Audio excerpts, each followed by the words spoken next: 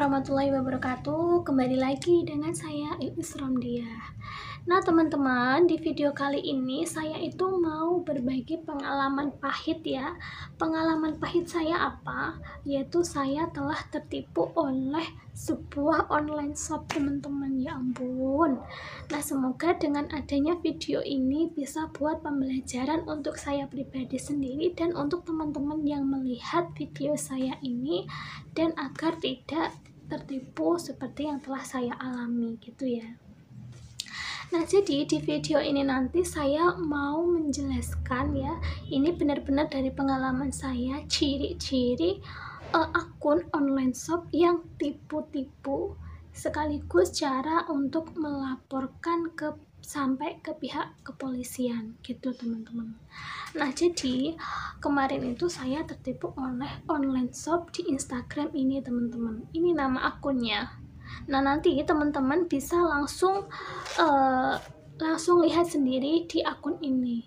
Tapi akun ini juga tidak bisa buat acuan teman-teman, karena nama akun bisa diubah-ubah. Jadi kalau misalkan udah diganti ya sudahlah. Nanti teman-teman lihat aja ciri-ciri yang saya sampaikan, ciri-ciri online shop yang tipu-tipu ya. Nah, adapun online shop atau ciri-cirinya, yang pertama teman-teman langsung aja ya kita masuk ke ciri-ciri. Yang pertama, kolom komentarnya itu tidak diaktifkan. Nah ini juga terjadi di online shop ini tadi. Nah contohnya seperti ini. Adapun kita mau komen itu tidak bisa. Dan setelah saya tertipu, saya baru berinisiatif untuk melihat secara detail akunnya teman-teman. Dan ternyata sampai bawah itu akun komentarnya itu, kolom komentarnya itu tidak ada yang komen sama sekali, jadi kosong. Jadi kolom komentarnya itu dinonaktifkan teman-teman. Nah ini poin yang penting. Jadi kalau teman-teman menemukan hal yang seperti ini, alangkah baiknya langsung saja jangan diteruskan untuk bertransaksi ya, karena ya itu tadi ciri-ciri. Kan kalau di logika seperti ini teman-teman, masa iya jualan kolom komentar tapi nggak diaktifkan, gimana mau interaksi dengan calon pembeli? Kan biasanya ada yang tanya harga, ada yang tanya bahan, ukuran gitu ya. Dan betapa bodohnya kemarin saya itu langsung percaya gitu aja teman-teman. Ya inilah, tapi nggak apa-apa buat pembelajaran ya. Terus ada lagi, kalau misalkan kolom komentar tidak diaktifkan, ini sering terjadi di Instagram memang, karena setelah saya posting di di WhatsApp story, ada juga teman saya yang langsung komen. Ternyata dia juga pernah tertipu di Instagram, malah lebih banyak teman-teman. Kemarin itu saya tertipu 300.000. Bayangin 300.000 ini kalau untuk kalau udah 10 orang 3 juta teman-teman. 3 juta dari hasil menipu. Enak ya tinggal nerima uang, tapi jangan pengen ya teman-teman, azabnya nanti di akhirat. Dan saya lanjut, teman saya yang tertipu itu juga mengalami hal yang sama, tertipu dari Instagram sebanyak 3.100.000. Banyak banget ya teman-teman, ternyata masih ada yang lebih parah dari saya. Nah ini juga kalau teman-teman mau tahu, penipu itu biasanya lebih pintar daripada yang awam seperti kita. Jadi penipu itu rela ya. Dari pengalaman kemarin itu saya scrolling di Instagram, dia itu membuat iklan ya, melakukan iklan atau membuat sponsor di Instagram. Jadi dia rela membayar Instagram untuk sponsor teman-teman. Nah di pikiran saya, kalau akun ini melakukan iklan, berarti kan dia ini udah penjual yang besar, karena dia udah mau rela mengeluarkan untuk sponsor ya. Nah jadi pikiran saya, ya udah berarti ini akun yang berarti ini akun yang udah profesional gitu loh. Tapi ternyata enggak teman-teman, ternyata penipu-penipu itu lebih pintar. Jadi kita juga harus lebih jeli dan lebih pintar teman-teman. Jadi yang pertama, lihat kolom komentarnya dinonaktifkan atau tidak. Nah, itu poin penting teman-teman, sepele tapi ternyata itu benar-benar penting teman-teman. Karena apa? Karena penipu itu agar tidak ada yang memberi feedback jelek di komentarnya di akunnya gitu loh. Terus ciri yang kedua ini nggak mungkin barang bagus dijual dengan harga murah. Nah, ini kita juga harus jeli lagi teman-teman, karena di akun ini satu set celana dan baju itu dijual dengan harga 50.000. Nah, untuk 3 set cuma 100.000 teman-teman, belum sama ongkir. Tapi kalau misalkan beli 5 set itu gratis 2 set, berarti kan 7 set itu 200.000 free ongkir. Nah, saya juga tidak berpikir ke situ ke teman-teman, karena pikiran saya hanya cuma beli 100.000 ya, nggak sampai ngitung ke sana gitu loh. Dan saya pikir lagi, mungkin ini grosir kan mesti dapat harga yang murah gitu loh.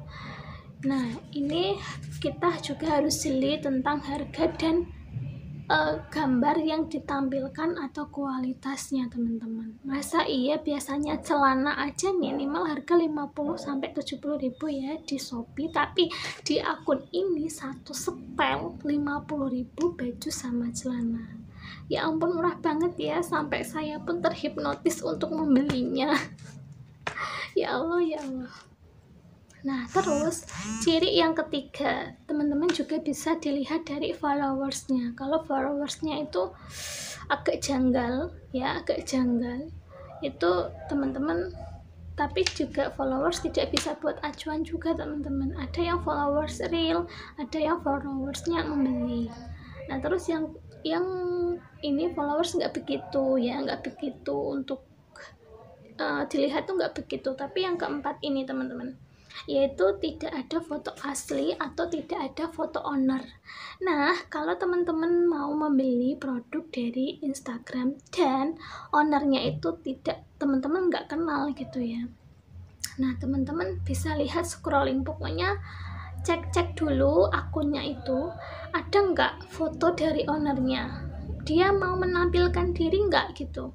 Biasanya kalau ownernya aja nggak mau menampakkan diri ya sebagai identitas penjual, berarti ini wajib banget untuk dicurigai sebagai indikasi penjual tipu-tipu. Karena apa? Karena dia aja sebagai penjual nggak mau menampilkan diri ya. Karena apa? Karena ya mungkin agar tidak diketahui orang lain ya. Jadi kalau ada penjual atau di Instagram yang seperti ini tidak ada ownernya, tidak mau melihatkan ownernya, ya udah teman-teman cari yang pasti aja, yang jelas ya. Nah, terus yang kelima ini juga penting, sangat penting sekali. Kalau teman-teman udah menerima totalan, otomatis teman-teman akan menerima rekening kan, yaitu untuk mentransferkan jumlah dari total pembelian kita. Nah, sebelum teman-teman transfer, teman-teman cek dulu nih di www.cekrekening.id. Nah, ini adalah website dari Menkominfo. Nah, ini website resmi ya untuk mengecek apakah rekening ini ada indikasi atas penipuan online. Nah, ini ilmu baru yang baru saya ketahui, ternyata nomor rekening itu bisa dicek dari sini teman-teman. Kalau nomor rekening ini sudah sering melakukan penipuan, otomatis ada orang yang mereport ke sini. Nah, jadi ini pengetahuan baru untuk saya, dan kalau teman-teman juga yang masih baru, ini penting banget ya. Jadi teman-teman bisa masukkan di sini ya, di www.cekrekening.id ya. Teman-teman masukkan nama banknya apa, terus masukkan nomornya berapa, terus dicek.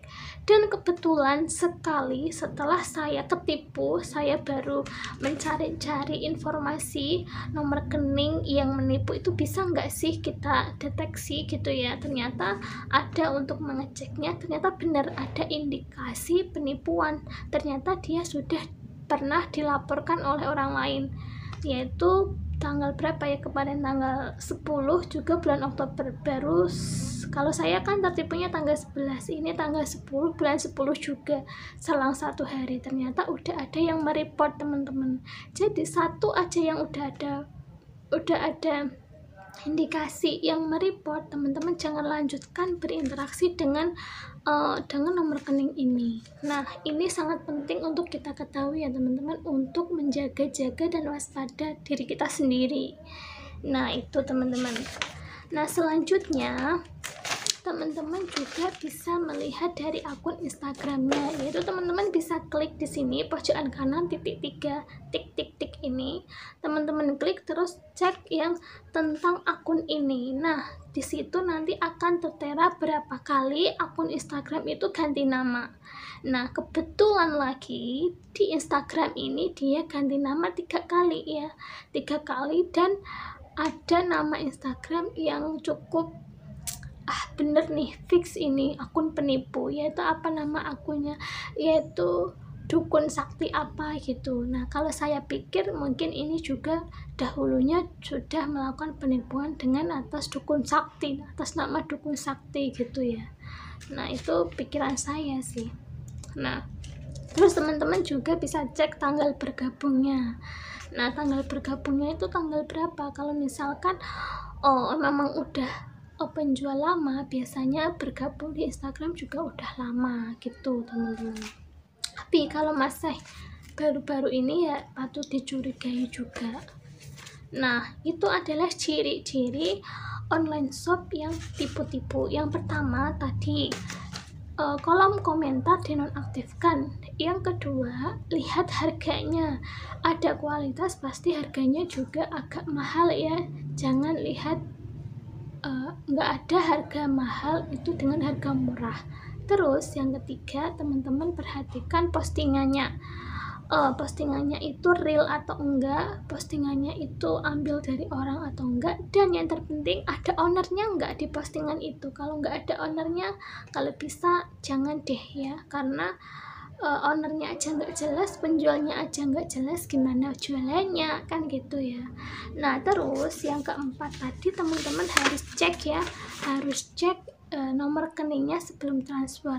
Nah, nomor rekening ini terindikasi penipuan nggak, udah ada yang melapor atau udah ada yang mereport atas penipuan nggak. Nah, teman-teman bisa cek di cek rekening.id.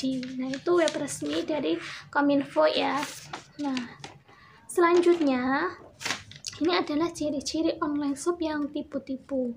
Dan untuk selanjutnya adalah cara mereport ya, atau cara melapor ke rekening yang terkait, rekening penipu, dan juga sampai ke kepolisian. Nah, kebetulan ini saya berbagi aja, karena saya tidak melakukan report karena saya tidak bisa naik motor, kebetulan agak jauh juga kepolisian sama bank, dan suami saya kerja teman-teman sampai sore jam 4, tidak bisa nganter. Nah, sama suami suruh ngiklasin aja, ya udahlah tidak apa-apa gitu ya. Ini, dan semoga dari video ini juga teman-teman tidak akan tertipu seperti yang saya lakukan, yang terjadi dengan saya. Nah, jadi untuk langkah melaporkannya, yang pertama teman-teman harus bisa telepon ke call center bank terkait. Misalkan penjualnya ini banknya BRI ya, teman-teman bisa call center ke BRI untuk melaporkan pemblokiran atas penipuan online gitu. Nah, nanti teman-teman akan dimintai data, yaitu KTP, bukti transfer, dan bukti chat. Teman-teman kalau misalkan transaksi ya, jual belinya itu teman-teman cepet-cepet di screenshot ya, tampakkan nomor HP-nya itu ya. Jangan dikasih nama dulu online-nya, tapi lihatkan nomor penjualnya itu. Nah, setelah itu teman-teman bisa melaporkan ke kepolisian. Nanti di sana di kepolisian nanti juga akan dimintai, yaitu tunggu teman-teman, surat keterangan kepolisian dengan minimal informasi nanti, yaitu kronologisnya. Kronologisnya teman-teman bisa tertipu itu gimana. Terus yang kedua, total kerugian teman-teman udah rugi berapa ribu ya, atau berapa ratus ribu gitu. Terus identitas pihak yang terindikasi penipu. Nah, terus juga data, kalau misalkan online shop, data online shopnya. Nah, setelah itu teman-teman bisa juga langsung ke banknya. Misalkan bank penipu tadi kan BRI, teman-teman bisa langsung ke sana atau call center ke sana. Terus jangan lupa sertakan sama itu materai, karena di situ nanti dari kronologisnya itu nanti dikasih tanda tangan beserta materai. Nah, setelah lapor ke kepolisian, nanti kalau sudah telepon ke call center bank terkait, nanti kan diminta untuk mengirimkan email, yaitu melampirkan kronologis, total kerugian, dan identitas yang terindikasi, dan siapkan juga KTP-nya. Nah, setelah itu nanti akan diproses, ikuti aja prosedurnya dari kepolisian dan bank yang terkait. Jadi nanti intinya teman-teman bisa langsung report ke bank terkait. Misalkan penipunya itu bank apa, teman-teman langsung report ke sana bahwa dia akan bahwa kamu, misalkan kita ya yang tertipu, ingin mengajukan pemblokiran bank ini, nomor rekening ini atas penipuan gitu. Nah, di situ nanti dia akan dari pihak bank akan memberikan formulir, atau mungkin akan ditanya kronologisnya seberapa, kerugiannya berapa, terus screenshot chattingnya itu, terus identitas pihak yang terindikasi penipu. Nah, seperti itu teman-teman. Setelah itu nanti akan diproses dari kepolisiannya itu.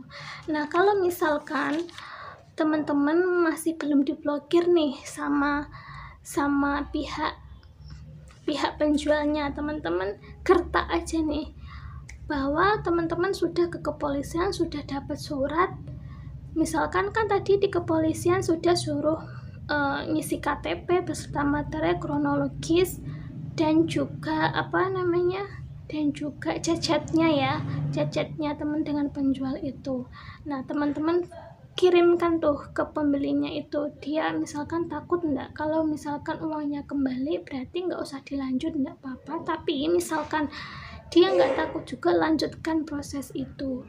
Nah, terus nanti akan diproses oleh pihak bank. Nah, setelah itu nanti dari pihak bank biasanya akan bertabayun, intinya akan konfirmasi ke cabang penipu itu ya.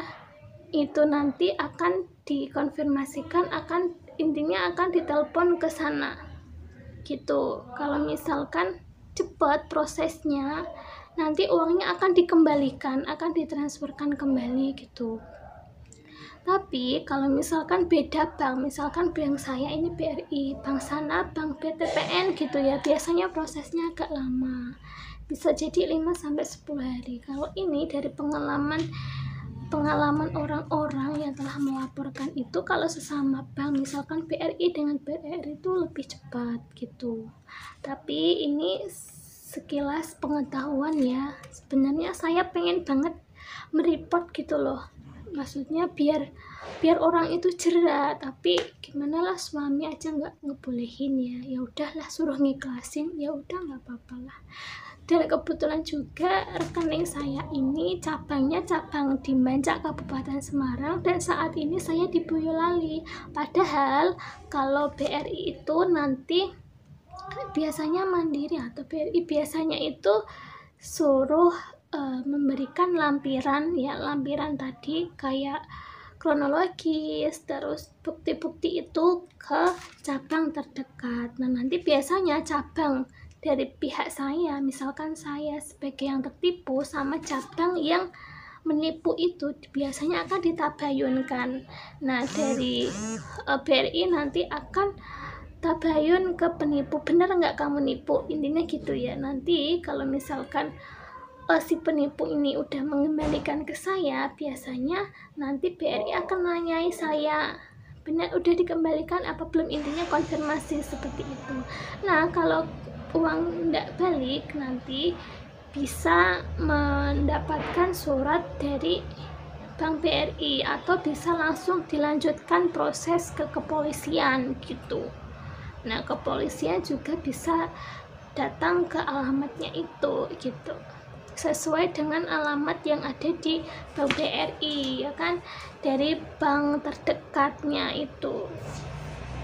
Nah, prosedurnya intinya itu aja, teman-teman bisa awalnya bisa call center ke bank penipu apa banknya, terus teman-teman bisa langsung ke, setelah mereport teman-teman langsung ke kepolisian, atau enggak teman-teman langsung ke kepolisian aja, nanti akan ditunjukkan prosedurnya. Yang penting teman-teman intinya mau melaporkan penipuan online dengan rekening bank gitu.